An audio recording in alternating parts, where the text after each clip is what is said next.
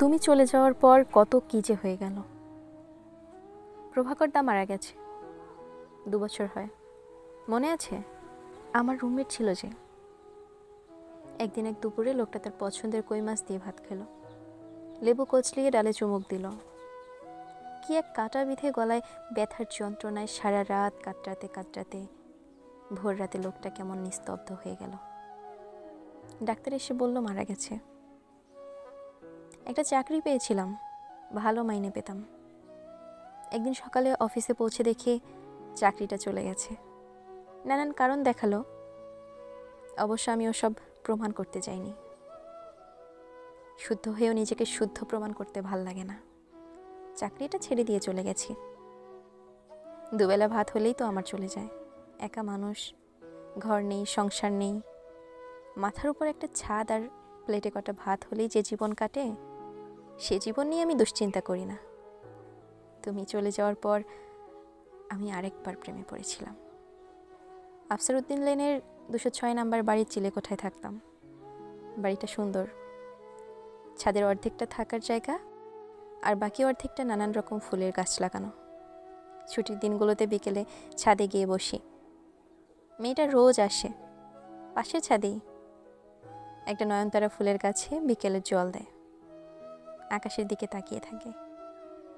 কি এক বিষণ্ণতা যে তার বুকে! আমি মুগ্ধ হই। আমি কখনো কারো বিষণ্ণ মুখ দেখে মুগ্ধ হইনি। তবে তবে এই মেয়েটাকে কি যে সুন্দর লাগে, যেন বিষণ্ণতাও কারো কারো অলংকার হয়ে ওঠে। এক শুক্রবার মেয়েটার ছাদে আসেনি। আমার ভেতর অদ্ভুত এক শূন্যতার জন্ম হলো। কি যে ফাঁকা লাগছিল সে বিকেলে। পরদিন সকালে সে বাড়ির দারোয়ানের কাছে জানতে পারলাম তারা বাসা ছেড়ে চলে গেছে। কোথায় গেছে তাও জানে না। একটা মানুষ একটা জায়গা থেকে চলে যাচ্ছে, কোথায় যাচ্ছে তা কেউ জানে না। এর চেয়ে ভয়ঙ্কর আর কি হতে পারে? মানুষ আজকাল আর যোগাযোগ ধরে রাখে না।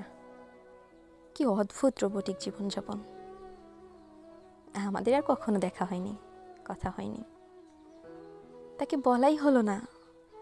তার জন্য কি যে নিঃসঙ্গ লাগে বিকেলের ছাদে, বলা হবেও না কখনো। তুমি চলে যাওয়ার পর কত কি যে হয়ে গেল, কত পাখি ফিরে গেল নিরে, কত লোক ছেড়ে গেল ঘর, কত ব্যথা যন্ত্রণা দুঃখ কষ্ট যে হারিয়েছে সময়ের টানে। এত কিছু চলে যায়, তোমাকে সেসব গল্প শোনাবার আগ্রহটা যায় না। কেবল মনে হয় দিন শেষে একটু জীবনের গল্প শোনাতে শোনাতে বলি, আমার ভাল লাগছে না কিছু, মন ভালো করে দাও।